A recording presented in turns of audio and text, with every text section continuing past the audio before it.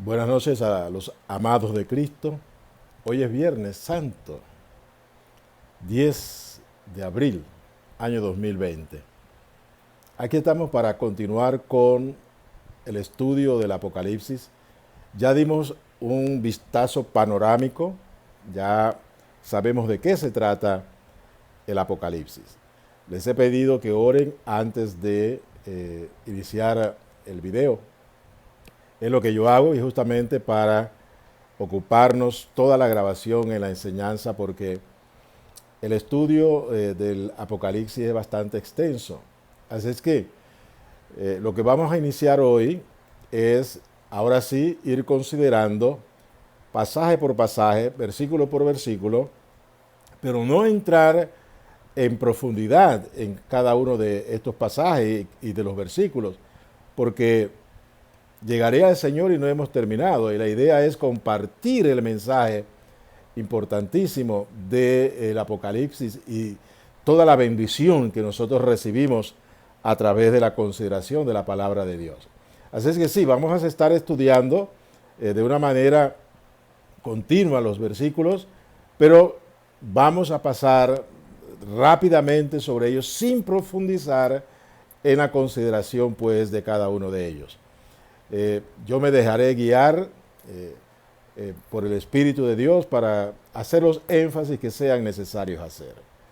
Abra su Biblia en Apocalipsis capítulo 1, que ahí vamos a iniciar lo que es la consideración del Apocalipsis.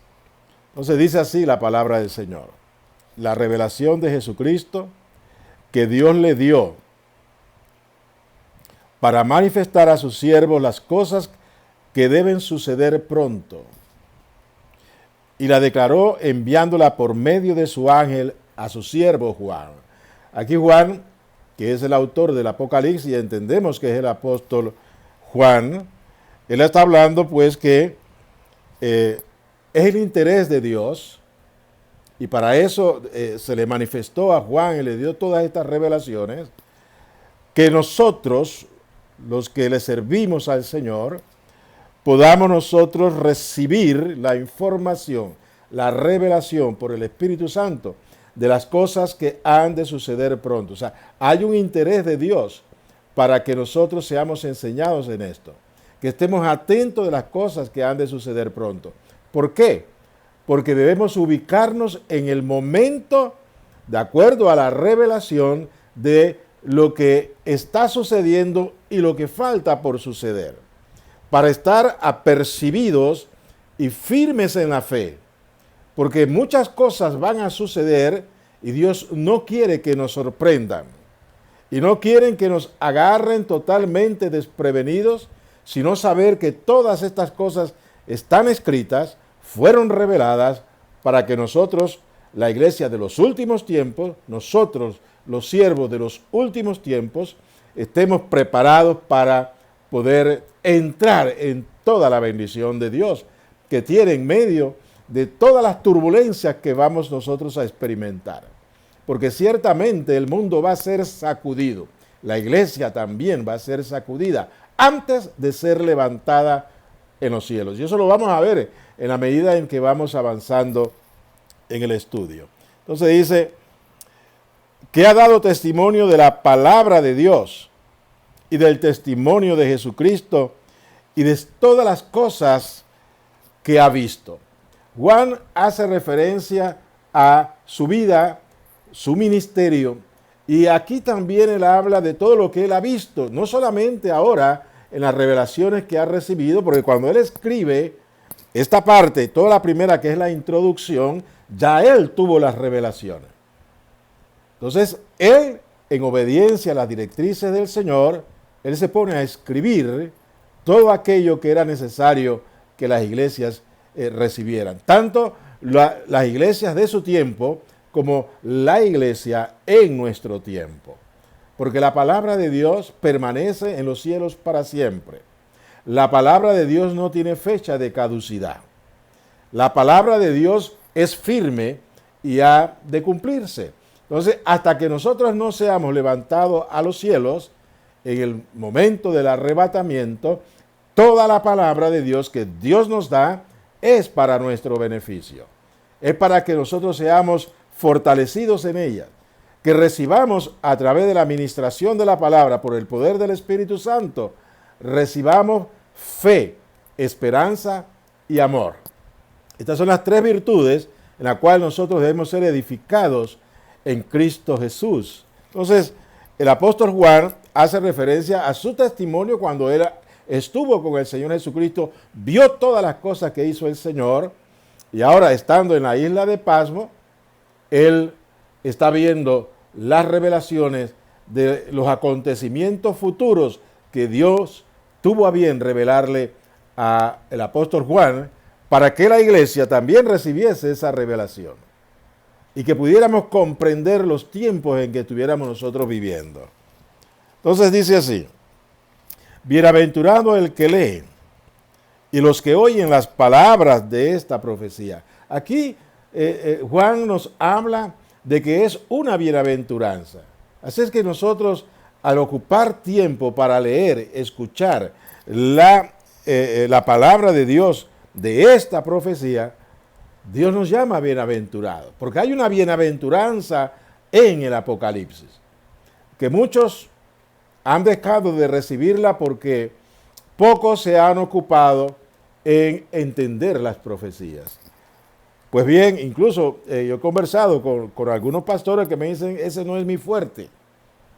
Yo las profecías no me meto en ellas porque no es mi fuerte. Pues yo quiero decirle a todos los pastores, a todos los líderes que sirven en la iglesia, la palabra de Dios es completa. No hay una parte que somos eximidos nosotros de conocerla y de escudriñarla, porque tenemos una responsabilidad con el pueblo de Dios para poderles enseñar de todo lo que la palabra de Dios trata y nos enseña. En el versículo 4 del capítulo 1 dice Juan a las 7 iglesias que están en Asia.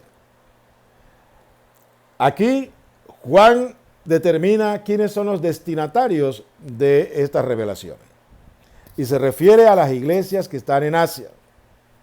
Ahora bien, cuando vayamos a entrar en estas 7 iglesias, porque son 7 iglesias, vamos a entender que si bien están dirigidas físicamente a esas iglesias que en ese momento existían, porque bien lo dice el Apocalipsis, que Dios le mostraría las cosas que son, las que serán y las que han de venir.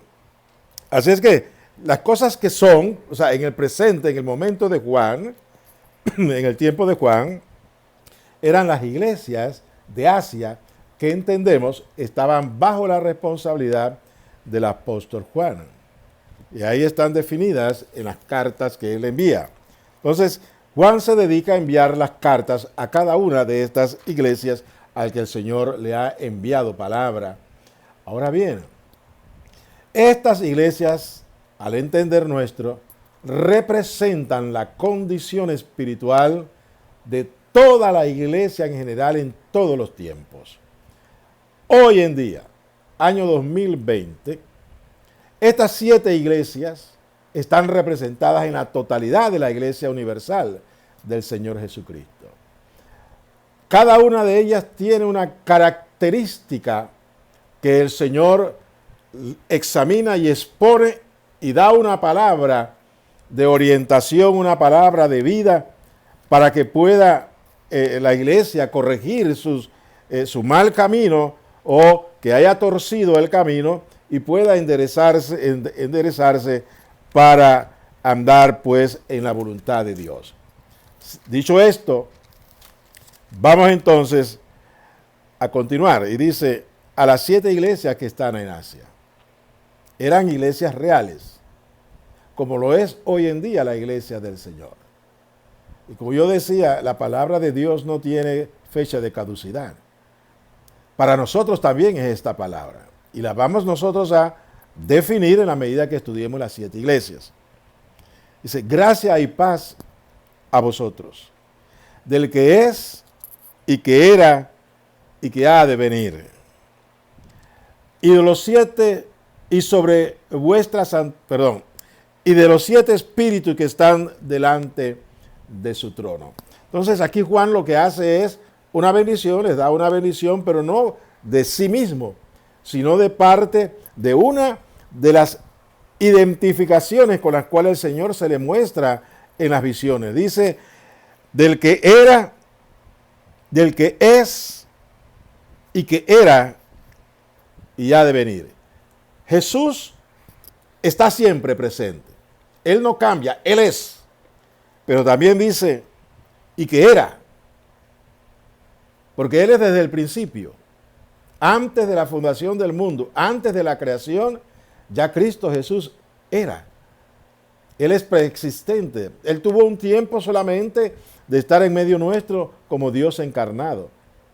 Y esto es lo que debemos nosotros entender de este pasaje. El que es, porque Él es siempre presente, Él es Dios. Y que era desde el principio. Y también dice, y que ha de venir. Aquí hay una seguridad en la palabra de Dios. Hay muchos hermanos en la fe que han sido enseñados que Cristo no vendrá físicamente. Pues sí, el Señor manifiesta de que Él vendrá. Bien lo dijeron los ángeles cuando estaban los discípulos en el momento en que Cristo era levantado a los cielos después de la resurrección, que Él estuvo apareciéndole a los hermanos y fortaleciéndolos en la fe. Y antes de ser levantado a los cielos, Él dio promesas de que recibirían el bautismo del Espíritu Santo y que se quedaran en Jerusalén hasta que fueran revestidos de poder. Y cuando Él le da esta palabra a ellos, Él comienza a ser elevado a los cielos y los discípulos comienzan a ver su elevación. Pues bien le dicen los ángeles que estaban alrededor de los discípulos, ¿por qué están mirando al cielo? Varones.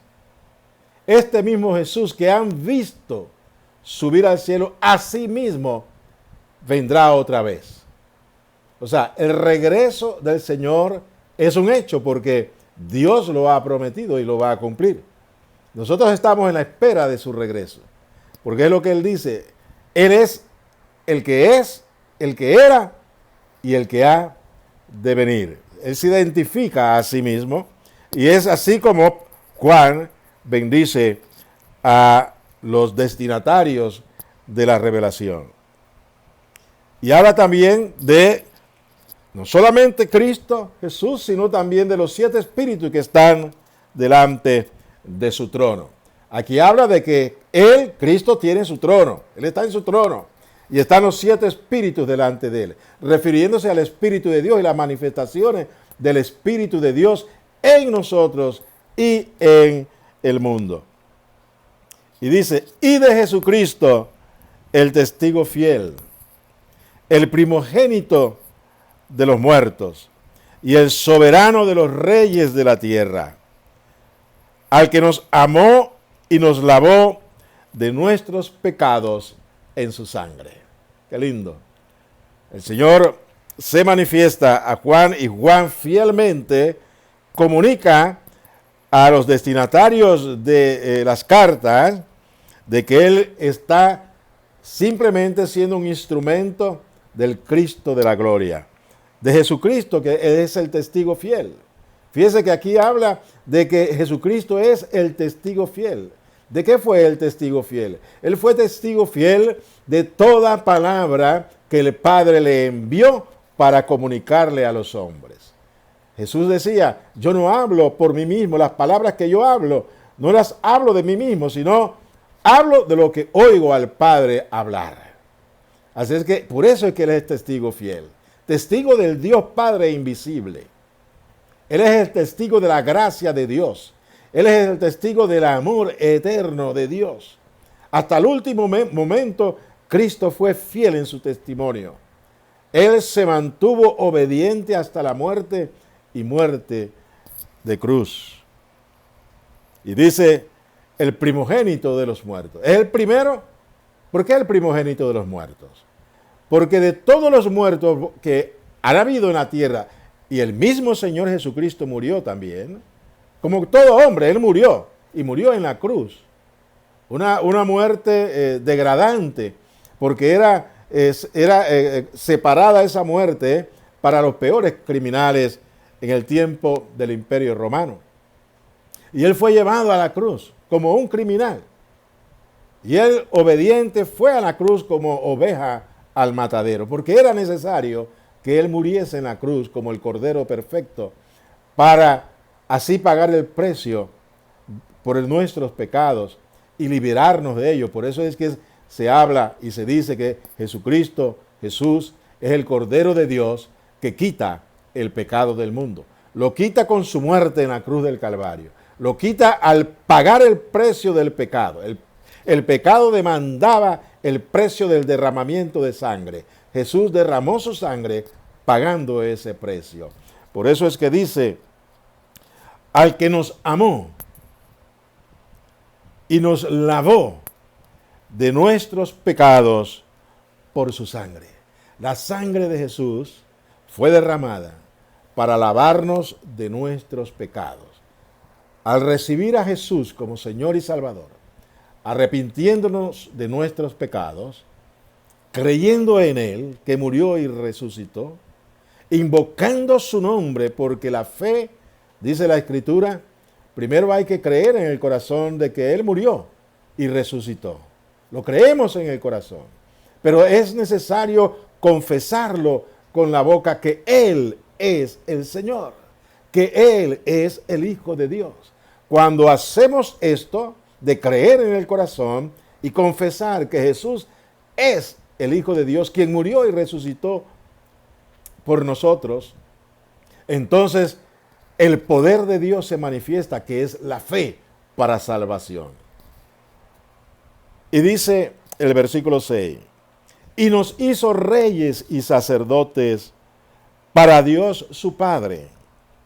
A Él sea gloria e imperio por los siglos de los siglos.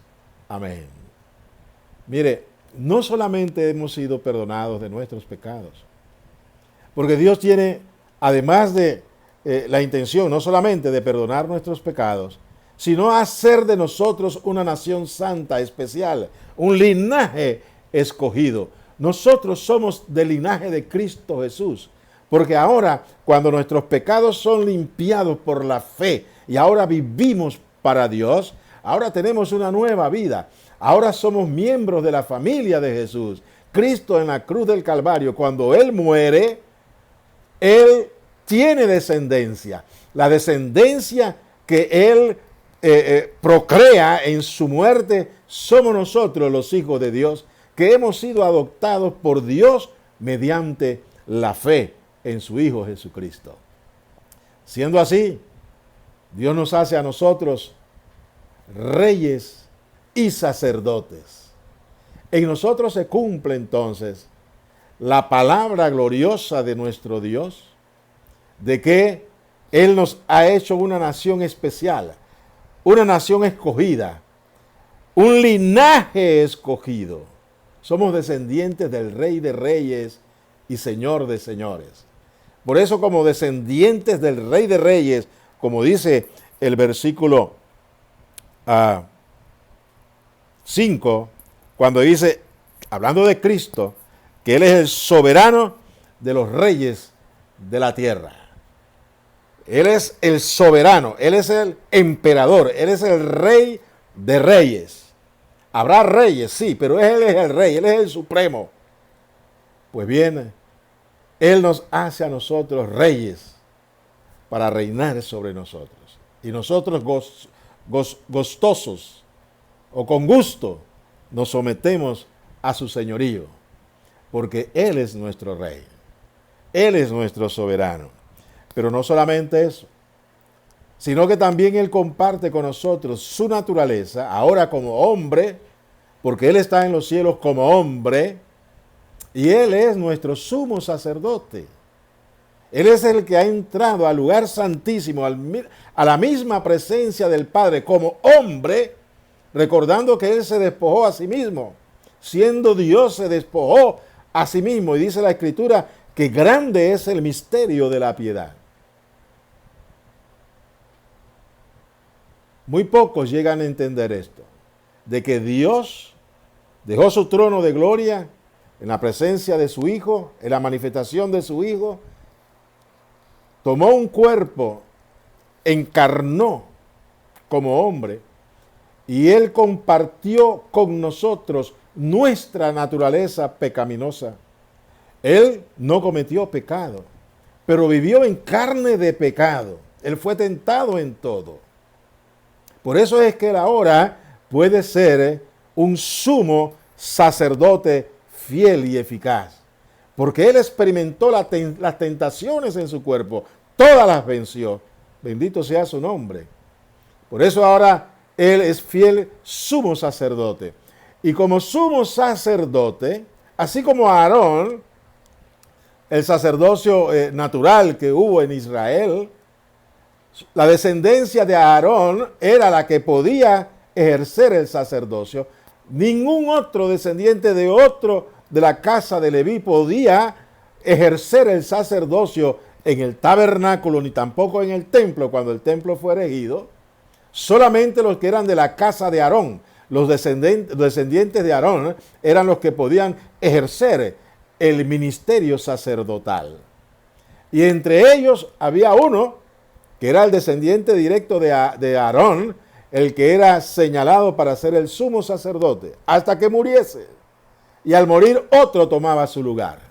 Pero en este caso, bendito sea Dios, ya en el nuevo sacerdocio delante de Dios, que es según el orden de Melquisedec, que es un nuevo orden establecido por Dios, en la cual ya no habrá muerte del sacerdote, ya no habrá muerte del sumo sacerdote, porque este sumo sacerdote, que es Cristo Jesús, que Él es sacerdote según el orden de Melquisedec, que es un orden eterno, por toda la eternidad, Él estará ejerciendo este sacerdocio, este sumo sacerdocio delante del Padre.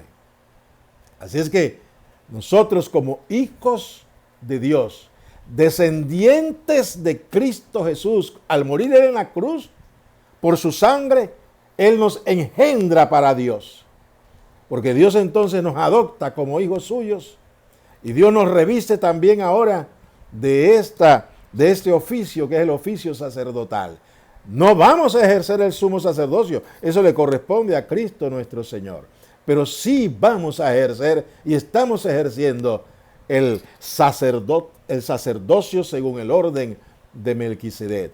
Vamos a morir, ciertamente, vamos a experimentar muerte, pero vamos a resucitar y tendremos una vida indestructible, una vida inmortal, y seguiremos entonces ejerciendo el sacerdocio según la orden de Melquisedec, como sacerdotes del Dios Altísimo, pero ya no haciendo sacrificios de animales, sino alabando y glorificando el nombre del Señor, adorándole, presentándole fruto de labios, confesando su nombre, llenando la casa de Dios de adoración, de alabanza, de acciones de gracia. Ese será nuestro sacerdocio por toda la eternidad, pero se inicia ya en esta vida. Cuando nosotros nacemos para Cristo, cuando nosotros nacemos como creación nueva de Dios, porque ahora somos una creación nueva de Dios, Dios nos establece como reyes y sacerdotes. Aunque usted no tenga ni un centavo en el bolsillo, aunque usted sea la persona más humilde sobre la tierra, usted es un rey y sacerdote delante de Dios nuestro Padre. A usted lo pueden menospreciar, pero Dios ha establecido cosas maravillosas para nosotros, los que le amamos y los que creemos en Él y creemos en su Hijo Jesucristo. Por eso es que el Señor entonces nos reviste a nosotros como reyes y nos reviste como sacerdotes. Ahora somos reyes y sacerdotes para Dios. Por eso es que en este tiempo que estamos en casa, nosotros debemos de elevar delante de Dios los hombres sobre todo, que son cabezas de familia, en un hogar que esté papá, mamá e hijos. Es gran responsabilidad del padre de familia de conducir a su familia a la presencia del Señor, a presentar alabanza, adoración, acciones de gracia al Señor. Y también a interceder por el mundo, interceder por los familiares, interceder por los vecinos, interceder por su país, interceder por las autoridades, interceder por todos aquellos que aún no conocen al Señor. Porque todavía estamos en tiempo de la misericordia de Dios. Y es necesario que se levante siempre delante de Dios ese sacrificio de acciones de gracia, sacrificios de alabanzas, sacrificios de adoración en el nombre de nuestro Señor Jesucristo. Eso nos corresponde a nosotros. Aprovechemos bien el tiempo ahora que estamos encerrados en nuestras casas, alabando y glorificando el nombre del Señor. Entonces continúa el pasaje y dice: he aquí que viene con las nubes, y todo ojo le verá, y los que le traspasaron, y todos los linajes de la tierra harán lamentación por él. Sí, amén. El apóstol lo que hace ahora en esta introducción es hablar de la venida del Señor. Es una seguridad de que Cristo regresará en las nubes. Y dice, y todo ojo le verá. No solamente le veremos nosotros, los que hemos sido redimidos en la sangre del Cordero, sino que todo ser humano, todo linaje, todo pueblo, donde estén, verán al Señor viniendo en las nubes. Y dice más, y dice, también lo verán los que les traspasaron. ¿Quiénes le traspasaron? Hace 2000 años, un pueblo que fue llamado por Dios para ser el depositario de la palabra de Dios. Un pueblo del cual el Espíritu Santo se manifestaba de una manera permanente a través de profetas, a través de los jueces. Dios había separado a este pueblo para que trayese la palabra a la humanidad. Y a este pueblo Dios le prometió de que de él, de ese pueblo, descendiente de Abraham, de Isaac y de Jacob, saldría uno, que sería la simiente de Abraham, mediante la cual, mediante esta simiente, serían benditas todas las naciones de la tierra. Y esa simiente tiene nombre. Esa simiente es el Señor Jesucristo. Es el Cristo prometido al pueblo de Israel.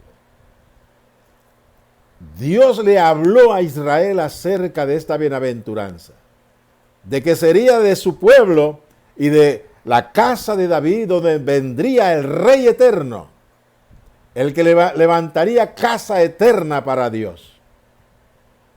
Estaba anunciando Dios a través de los profetas al pueblo de Israel de que dentro del plan de Dios era que su Hijo encarnara en carne judía, carne de pecado también, pero carne judía, del pueblo judío, el pueblo que Dios separó para que fuese su pueblo de entre todos los pueblos de la tierra.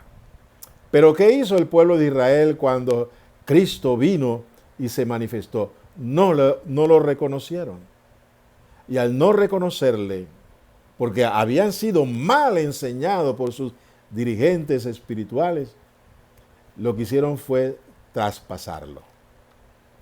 Ellos quieren negar su responsabilidad de que fueron los responsables de que Cristo Jesús fuese traspasado en la cruz del Calvario. Pero ahí está la palabra de Dios y la historia. Ahí están los evangelios que hablan claramente de que fueron ellos los responsables. Claro, como ellos no podían matar a ningún hombre podían matar porque el imperio romano se los impedía. Por eso ellos acudieron al poder romano y lo entregaron a Poncio Pilatos, para que Poncio Pilatos entonces decretase la muerte sobre él. Pero fue Poncio Pilatos incentivado por los judíos, porque no quisieron aceptar que Cristo Jesús era su Rey y Señor, que había encarnado con una finalidad de morir en la cruz para el perdón de pecados, de nuestros pecados. Ellos no entendieron de que su Rey tenía primero que venir humilde y sencillo y ser llevado como una oveja al matadero. Lo que no entendieron es que ellos mismos lo llevarían al Cristo de la gloria, humilde, sencillo, lo llevarían a las manos de los romanos para que ahí fuese la cruz, crucificado y fuese lanceteado, para que de su costado manase agua y sangre. Los judíos traspasaron al Señor. Y dice esta revelación de Juan, que también los judíos lo verán. Verán al que traspasaron. Ahora bien, ¿cuándo lo verán? Lo verán en su momento. Vamos a entrar y vamos a definir eso ya cuando hayamos avanzado bastante en el estudio del Apocalipsis, porque el profeta Zacarías habla sobre ese momento. ¿Cuándo es que el pueblo de Israel, que rechazó a su Mesías, le verán, lo verán, y verán al que traspasaron y harán lamentación por él, y llorarán por él? Vamos a parar por acá, para no hacer muy largo este video, y nos vemos en el próximo video. Vamos a grabarlo ahora, para que podamos continuar hasta llegar a lo que es el mensaje a las 7 iglesias. Bendiciones, no se pierda el próximo video que estaremos grabando en este